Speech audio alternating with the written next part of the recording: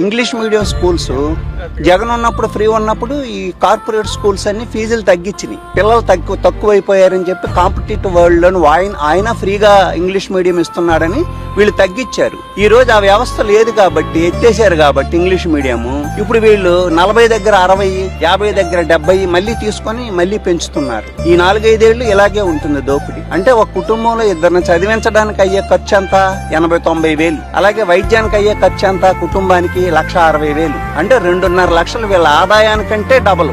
ఈ రెండిటికే ఖర్చు అయ్యింది. మరి జనము వ్యక్తిగత సమస్యలు ఉంటాయి. ప్రతి మనిషి పుట్టిన ప్రతి మనిషిలో తప్పులు ఉంటాయి కుటుంబాల్లోని. అవి మనకెందుకు ఆపాదించుకోవాలి? మన నాయకుడు మనకేమిస్తున్నాడనే చూడాలి. లోపం లేని మనిషి భూమి మీద లేడు. అవన్నీ మనం చేసుకొని వాళ్ళ తల్లిని చూడాలా, వాళ్ళ చెల్లిని చూడాలంటే ఏ కుటుంబంలో ఏ తల్లి చెల్లి వీళ్ళతో ఉంటున్నారు? తల్లిదండ్రులు ఎవరు ఇప్పుడు బిడ్డలతో ఉండట్లేదు కదా. 80-90% వృద్ధాశ్రమాల్లో ఉంటున్నారు, రోడ్ల మీద అడుక్కుంటున్నారు.